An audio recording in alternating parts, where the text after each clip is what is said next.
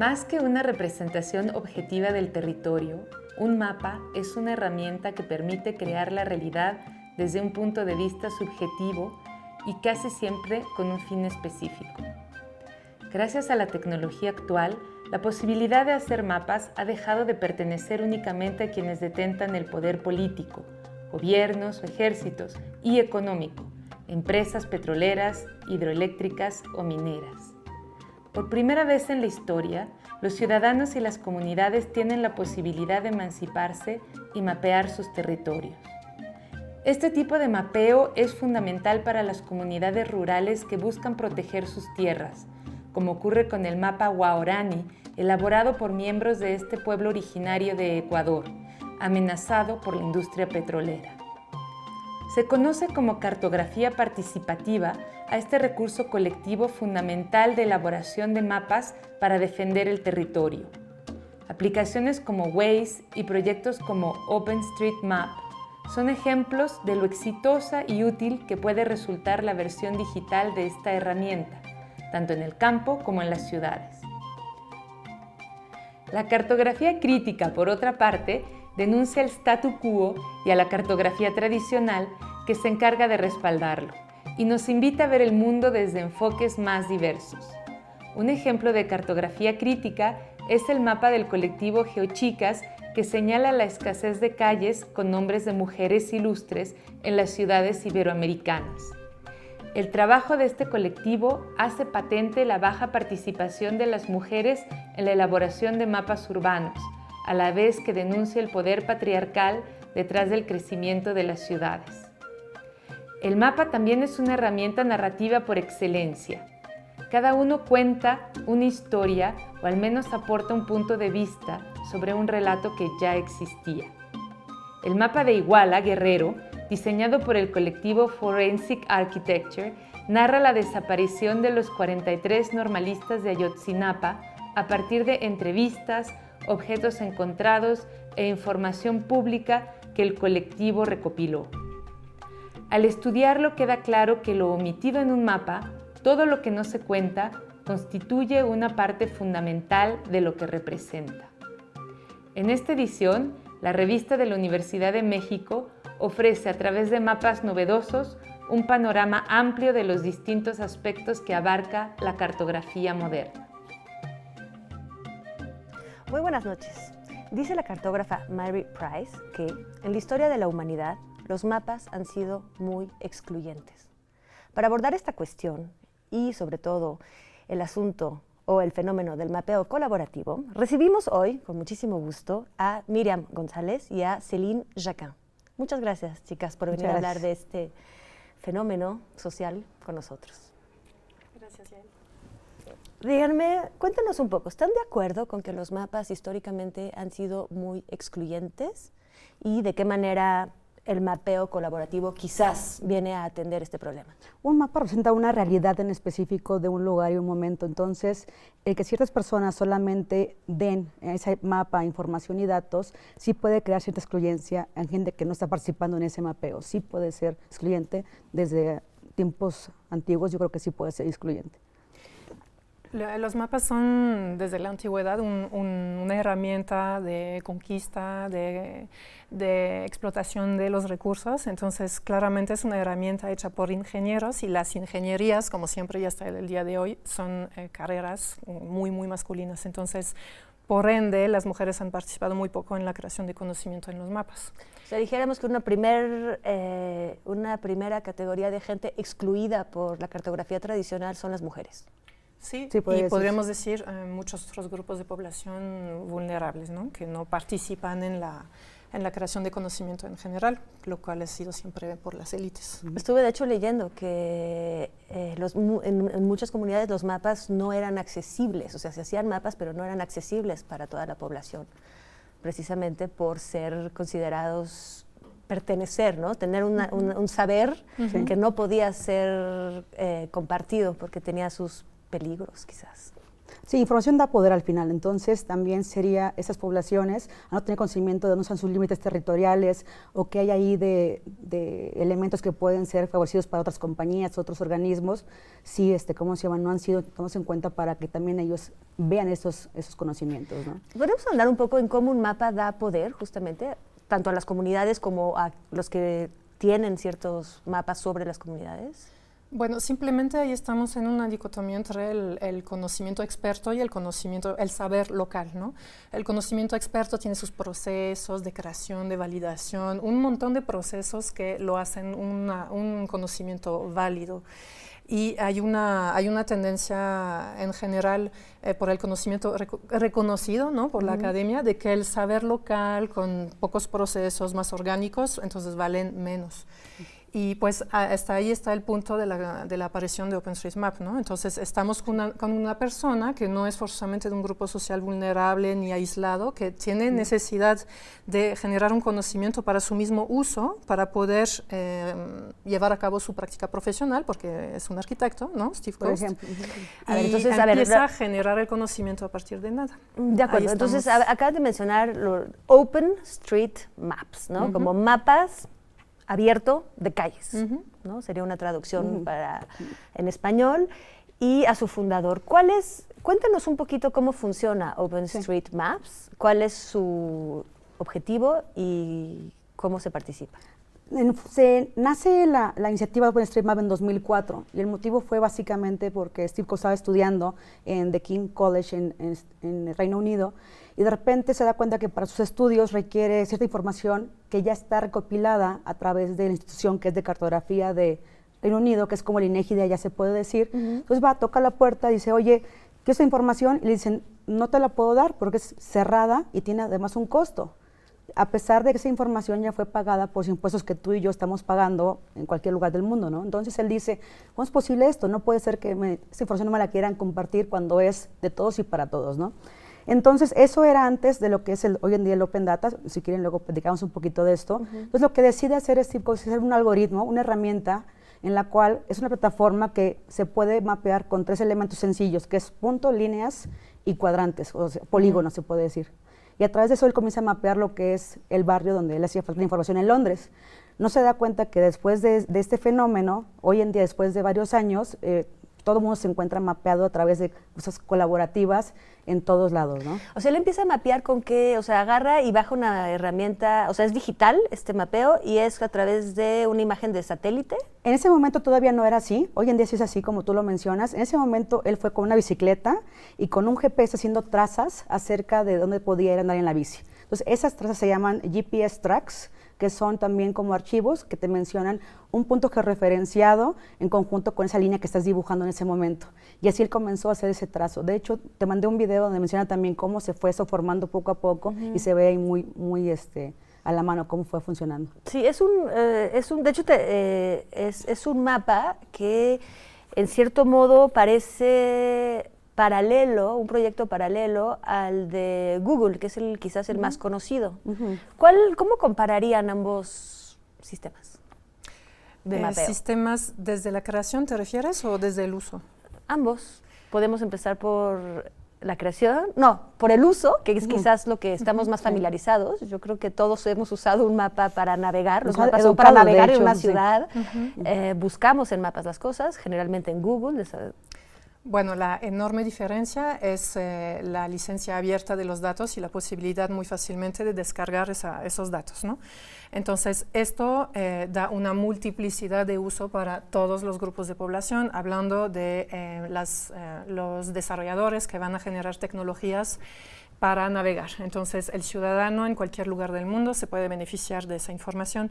La información, los mapas se desarrollan de manera muy desigual en el mundo para los mapas comerciales y para OpenStreetMap. Entonces, en los países pobres, típicamente, los mapas comerciales son muy pobres porque no hay interés comercial ahí de desarrollar esa información y para las empresas comerciales significa un costo generar esa información. O sea, Google, los mapas de Google, que sean por satélite o que sea Google Earth o Google Maps, son los que estamos llamando mapas comerciales. Sí, sea, por entre ejemplo, pero hay varios, muchos otros. hay varias compañías. Hearmap, Sí, hay Hearmaps, como dice Celine, está también TomTom, son varias compañías que se dedican a hacer mapas comerciales. los De mapas acuerdo. Apple, Y entonces hay encuentras una en estos mapas comerciales encuentras cierto tipo de información, como hoteles, me imagino, como tiendas. Sí, como- y en modelo de ciertos negocio, lugares del mundo. Sí, exacto. En base al modelo de negocio de la compañía de mapas, se van a enfocar en cierta información que ellos consideran útil para sus clientes. Como decíamos, ahorita puede ser el modelo de Google Maps, el modelo de negocio es publicidad, entonces te va a decir, ve a tal restaurante, luego das también tu review para que también se mencione ahí las estrellas, todo va un poquito de la mano con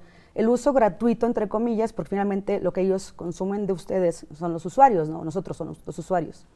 Claro, finalmente también usan nuestra información, pero donde quizás está la diferencia es que no nos permiten retomar la información que les dimos. Eso es... Exacto, esa información no la puedes descargar de ninguna manera. Una aplicación, un desarrollador puede ocupar la información base de Google pagando un costo relativamente alto, lo cual entonces genera pues también un cierto monopolio de empresas tecnológicas que tienen el poder adquisitivo. Pero si tú para esa agarras y dices, a ver, yo información. quiero saber cuántos hospitales hay en todo el país, Google, por favor, dame esta información, no te la va a dar. Puedes necesitas consultarla pagar. libremente en la Puedes plataforma de mirarla consulta, y tú mirarla, mapearla. pero no extraer esos datos. No extraer esos datos. Exacto. Mientras OpenStreetMap permite a todos los usuarios, que es el ciudadano, el estudiante, el investigador, el planeador urbano, el desarrollador, utilizar esa información de 1000 maneras posibles. Y eso a su vez permite que el campo del desarrollo urbano, desarrollo territorial, tenga innovación a su vez, porque toda esa gran comunidad de expertos de 1000 especialidades diferentes aportan su conocimiento, ¿no? Sí, porque además, no solo, según entiendo en OpenStreetMaps, no solo hay la información que Google considera pertinente, sino las diferentes informaciones que las poblaciones en las distintas geografías consideran pertinentes. Y entonces, a bajar esas informaciones, estamos bajando informaciones de todo tipo, Sí, exacto. para diferentes estudios. Sí, adicional a eso, como comentábamos, toda lo que es la parte comercial de los mapas se enfoca en lugares que tienen economías favorecidas de alguna forma, ¿no? ¿Qué pasa con esos lugares donde Latinoamérica, en México, muchísimos lugares donde no hay esa información y tampoco no hay un modelo de negocio para poder también costear esos mapeos? Finalmente ahí entra la parte humanitaria de OpenStreetMap. Entonces, vamos a hacer un corte, porque creo que estamos llegando al meollo de lo que queremos tratar. Estas son las grises, estas son las no mapeadas. Nos vemos después de este corte. Estamos con las geochicas. Les vamos ahorita a presentar su proyecto. No se vayan.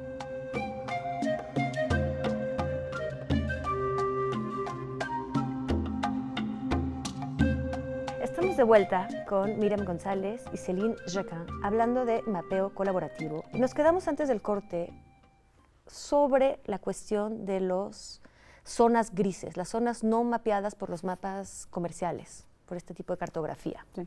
¿Qué se trata y cómo lo aborda el OpenStreetMap, Sí, por ejemplo? sí, imaginemos que queremos tomar una decisión en un lugar y ese lugar no tiene información de calles, no tiene información de edificaciones. Entonces, ¿cómo puedes llevar ese lugar agua potable? ¿Cómo puedes llevar alumbrado público? ¿Cómo puedes llevar escuelas si no tienes ahí también definido quién vive ahí, ¿no? O cómo atender un desastre. También en ese caso, ¿no? Entonces, lo que se ha hecho en varias iniciativas por parte de la parte humanitaria de OpenStreetMap es mapear esos lugares. Por el contrario, como decimos, mapas comerciales, enfocarse donde no hay nada de datos para que también esas poblaciones surjan en los mapas y aparezcan también ahí. Claro, donde no hay interés comercial. Exactamente. Entonces, hay un par de ejemplos que les puedo dar. Uno sería MapKibera. Se hizo un proyecto en Kenia hace algunos años y, de hecho, hay unos comparativos donde se ve el día de hoy el mapa comercial, cómo tiene un par de calles y realmente cómo está de denso esa población, que es una parte olvidada en Kenia, que son miles de personas que viven ahí, ¿no? Y cómo se han tomado decisiones en base a esta población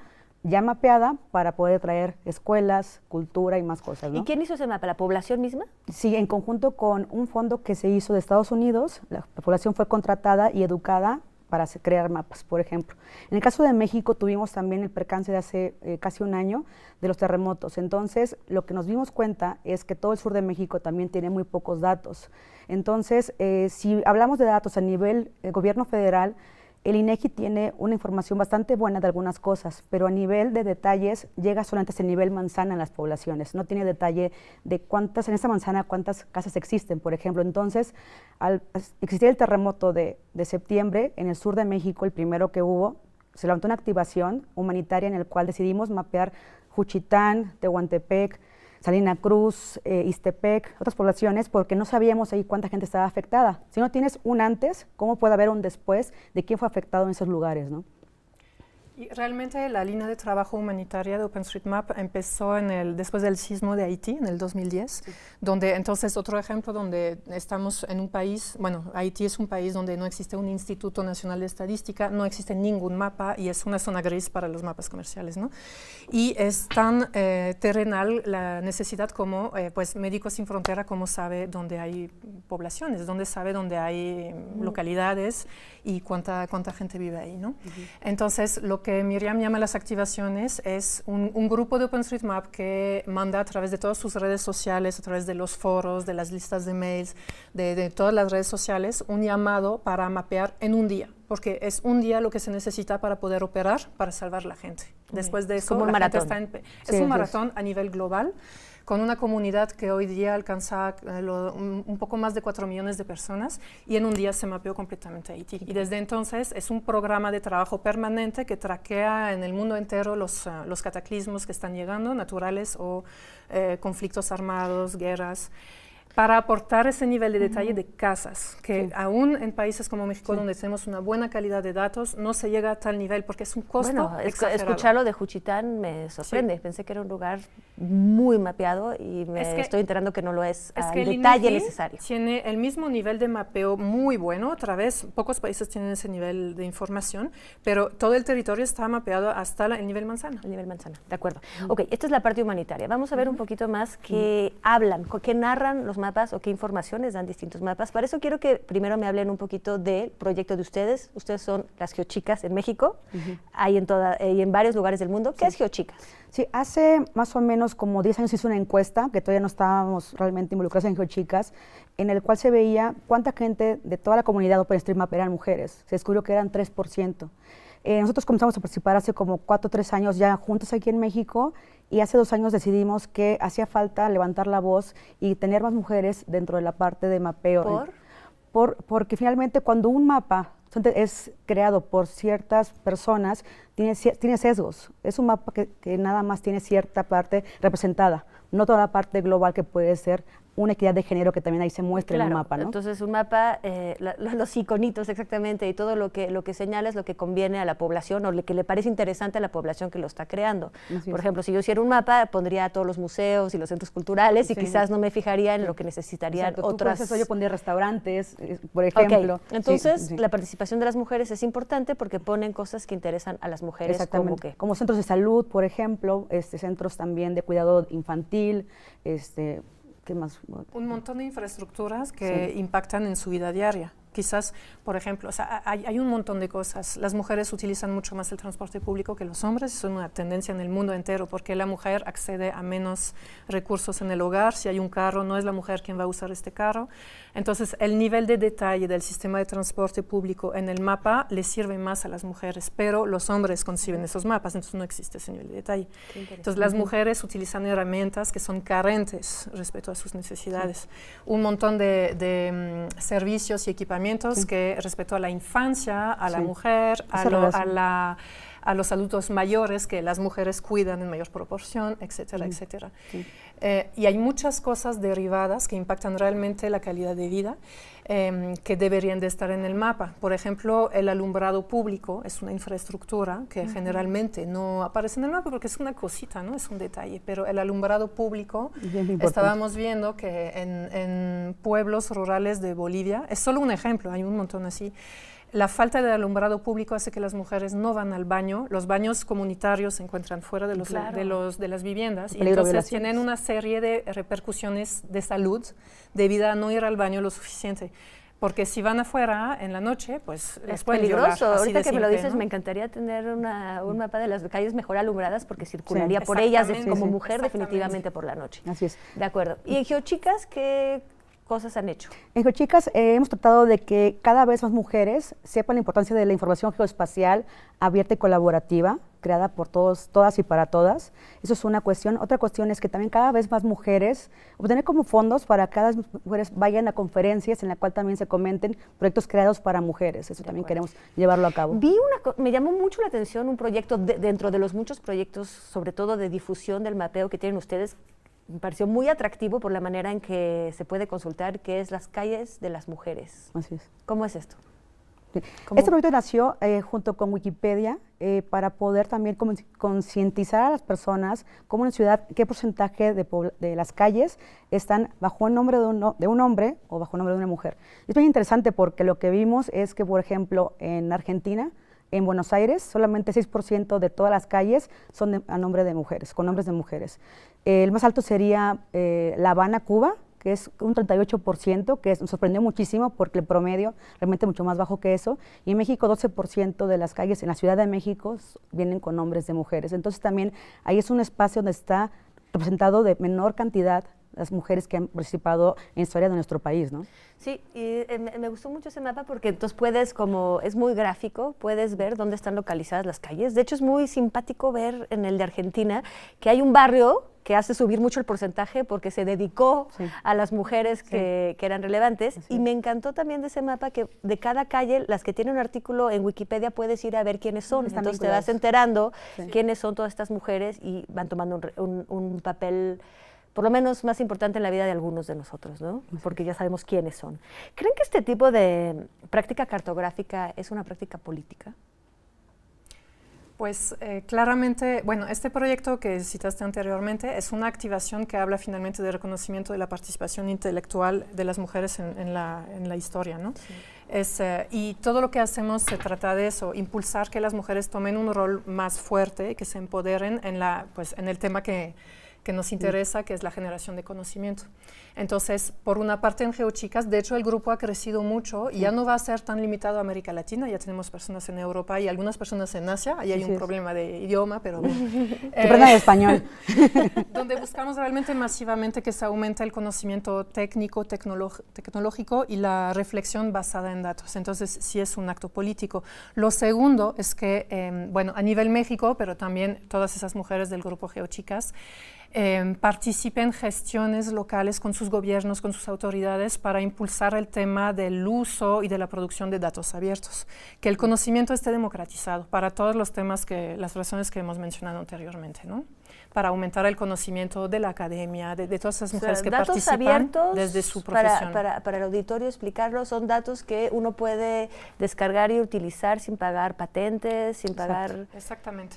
Tiene licencias que te permiten tanto su uso, tanto su modificación, relanzamiento de otra forma y también inclusive comercializarlos para lo que te haga falta. Sí, lo que está muy padre, por ejemplo, de OpenStreetMaps es que puedes agarrar cualquier mapa y cambiarlo, o sea, tienes todo el software y puedes cambiarlo hacia lo que tú necesitas mapear. Otro producto derivado. Claro, un producto derivado. Y datos abiertos significa también, entonces, acceso fácil, legal y gratuito y en formatos aprovechables. Se dice formato legible por una máquina, es decir, un formato útil, no un PDF o unas cosas escritas a mano, no. Algo que yo puedo aprovechar sin dedicar un tiempo, sin invertir entonces un dinero importante para poder volverlo a aprovechar. Y ya que estamos en esto de trabajar con este tipo de software, ¿cómo se implica la gente? ¿Cómo se puede implicar la gente? El auditorio. Sí, hay varias formas. Tenemos, de hecho, en las redes sociales algunos videos donde se enseña cómo mapear desde ceros. También hacemos mapatones cada más o menos 3 a 4 meses en alguna universidad. Mapatones, entonces hay que estar pendientes de... Así es. ¿Cuál es la red social? OpenStreetMap MX en Twitter y en Facebook también, igual, OpenStreetMap. Y también GeoChicas OSM en Twitter estamos. Para los mapatones. Sí, cualquier persona puede llevarlo a cabo, realmente es bien sencillo, es tener ganas y una computadora, realmente es muy sencillo. También hay aplicaciones que te permiten hacer mapeos en campo y también se puede mostrar eso mediante un video o una teleconferencia. ¿Y cuáles creerían ustedes que son como el trabajo de mapeo colaborativo más urgente en México hoy? ¿Qué urge? ¿Qué hace falta?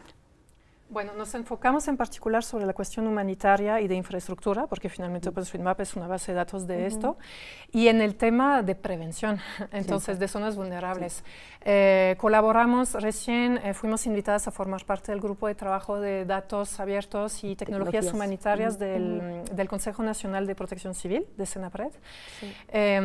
Colaboramos con asociaciones civiles como Techo, Observatorio de la Vivienda, justamente para identificar asentamientos irregulares que están en zonas vulnerables. Que vuelve todo vulnerable. Se que nos no está existen en el acabando mapa el porque tiempo. son Algo que quieran ilegales. añadir rapidísimo. Me imagino que hay un mapa de cosas que faltan por decir. Pues invitamos a la gente a estar pendiente de lo que hacemos, porque tenemos muchas acciones de capacitación y de difusión. Entonces mencionamos los mapatones, pero antes de los mapatones generalmente explicamos de lo que se trata. Entonces es una conferencia, es una capacitación. Y su importancia, decimos también mucho en estos eventos que hacemos, ¿no? Tenemos mucho material online y pues invitamos a las mujeres en específico a unirse a grupos donde se socializa el conocimiento, porque de ahí pasa algo bastante mágico. Son los famosos espacios reservados, ¿no? Que mucha gente critica, ¿por qué no nos mezclamos con hombres? Bueno, no. La cuestión es que ahí acceden personas que simplemente agarran confianza por estar entre mujeres y simplemente no hubiera accedido a grupos donde se hablan de esas cosas sin esos espacios. De acuerdo. Entonces, muy bien, pues bueno. Les agradezco muchísimo. Gracias por la invitación. Nos vamos a seguir, por supuesto. gracias. Y yo, pues, dejaré abierta la pregunta. ¿Qué falta en los mapas que consultamos todos los días? Yo creo que cada quien puede ahorita pensar en qué es lo que falta y tenemos la noticia de que se puede añadir. De hecho, sobre ese punto muy rápidamente, en el inicio de GeoChicas generamos en redes sociales una lluvia de ideas diciendo a las personas, a las mujeres y también a los hombres, ¿ustedes qué opinan? ¿Qué falta en el mapa? Denos 3 ejemplos de lo que, según ustedes, falta para que las mujeres estén más a gusto con Perfecto, la invitación está abierta, por favor, manden su propuesta. Muy buenas noches, nos vemos el próximo viernes, 8:30.